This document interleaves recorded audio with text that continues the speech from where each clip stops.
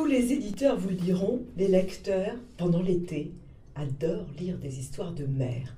Et parmi les histoires de mer, ce qu'ils préfèrent, ce sont les naufrages. Alors ça, je ne me suis jamais expliqué pourquoi, mais regardez le succès du Titanic, à l'écriture et à l'écran.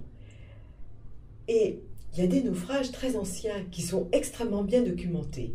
Il y en a un, le naufrage du Batavia, qui s'est déroulé au début du XVIIe siècle au large de l'Australie.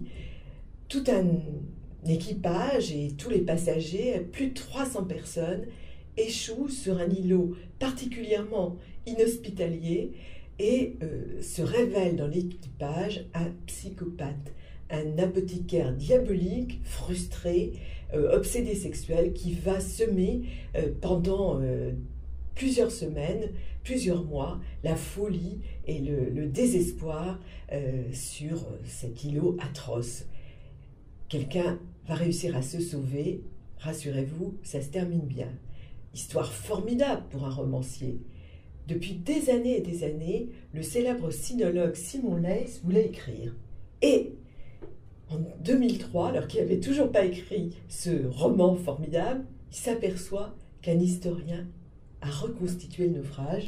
C'est Mike Dash, ça s'appelle L'archipel des hérétiques, et il se retrouve devant cette situation horrible pour un écrivain, en fait le naufrage ou l'avortement d'un projet littéraire. Alors qu'est-ce qu'on fait quand on est lecteur, qu'on est intéressé comme tous les lecteurs par les histoires de mer et par les naufrages? On lit les deux livres et on compare.